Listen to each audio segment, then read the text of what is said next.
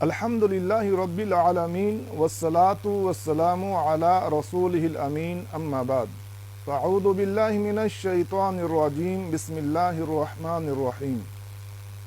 قرض لینا شریعت اسلامیہ میں جائز ہے، ممنوع نہیں ہے، لیکن کوشش یہ کی جائے کہ جب بھی قرض لیا جائے کسی ضرورت کے تحت لیا جائے، کسی حاجت کو پورا کرنے کے لیے لیا جائے۔ ہمارے ہاں عام طور پر یہ ہوتا ہے کہ لوگ اپنے سٹیٹس کو بحال رکھنے کے لیے، رسم و رواج کے لیے اور فضولیات لغویات میں پڑنے کے لیے قرض لیتے ہیں۔ یاد رہے کہ قرض فقط جائز ہے، یہ کوئی پسندیدہ امر نہیں ہے، کیونکہ اگر ہم نبی کریم صلی اللہ علیہ وسلم کی سیرت کی طرف دیکھیں اور آپ کی ان مبارک دعاؤں کی طرف دیکھیں تو ہمیں یہ بات معلوم ہوتی ہے کہ یہ اتنا پسندیدہ عمل بھی نہیں ہے۔ جیسا کہ امام بخاری رحمہ اللہ اپنی صحیح میں اس روایت کو نقل کرتے ہیں، نبی کریم صلی اللہ علیہ وسلم نماز میں یہ دعا پڑھا کرتے تھے، اللہم انی اعوذ بک من المأثم والمغرم۔ اے اللہ، یقیناً میں گناہ اور قرض سے پناہ طلب کرتا ہوں۔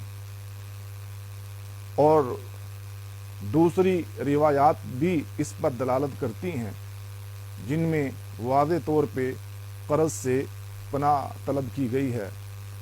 اس سے یہ بات معلوم ہوتی ہے کہ انسان کو قرض سے بچنے کی کوشش کرنی چاہیے، قرض کے شوق میں بڑھ چڑھ کر لوگوں سے ہتھیانے کی کوشش نہیں کرنی چاہیے۔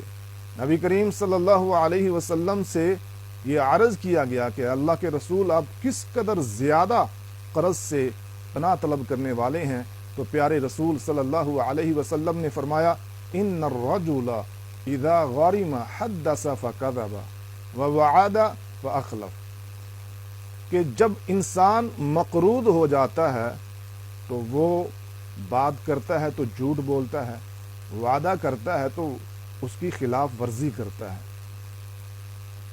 معلوم یہ ہوا قرض انسان کو برائی کے راستے پر بھی لے جاتا ہے، گناہ کے راستے پر بھی لے جاتا ہے، کہ بات کرے گا تو جھوٹ بول دے گا، وعدہ کرے گا تو اس کی خلاف ورزی کر دے گا۔ اس لیے ہم سب کو چاہیے حتی الامکان جتنی ہماری ہمت ہے، طاقت ہے، اس کے مطابق قرض سے بچیں، اور اگر قرض نادانستہ طور پہ ہمیں لینا پڑ جائے تو اس کو جلدی ادا کریں، کیونکہ نبی کریم صلی اللہ علیہ وسلم ایسے آدمی کا جنازہ پڑھانا بھی پسند نہیں کرتے تھے۔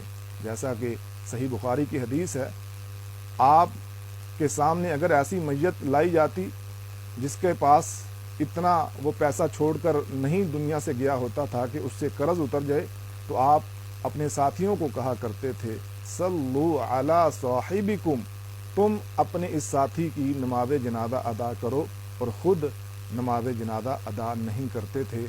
یہ اس کی بہت بڑی شناعت ہے۔ اللہ ہم سب کا حامی و ناصر ہو اور ایسے امور سے ہمیں اپنا دامن بچانے کی توفیق عطا فرمائے۔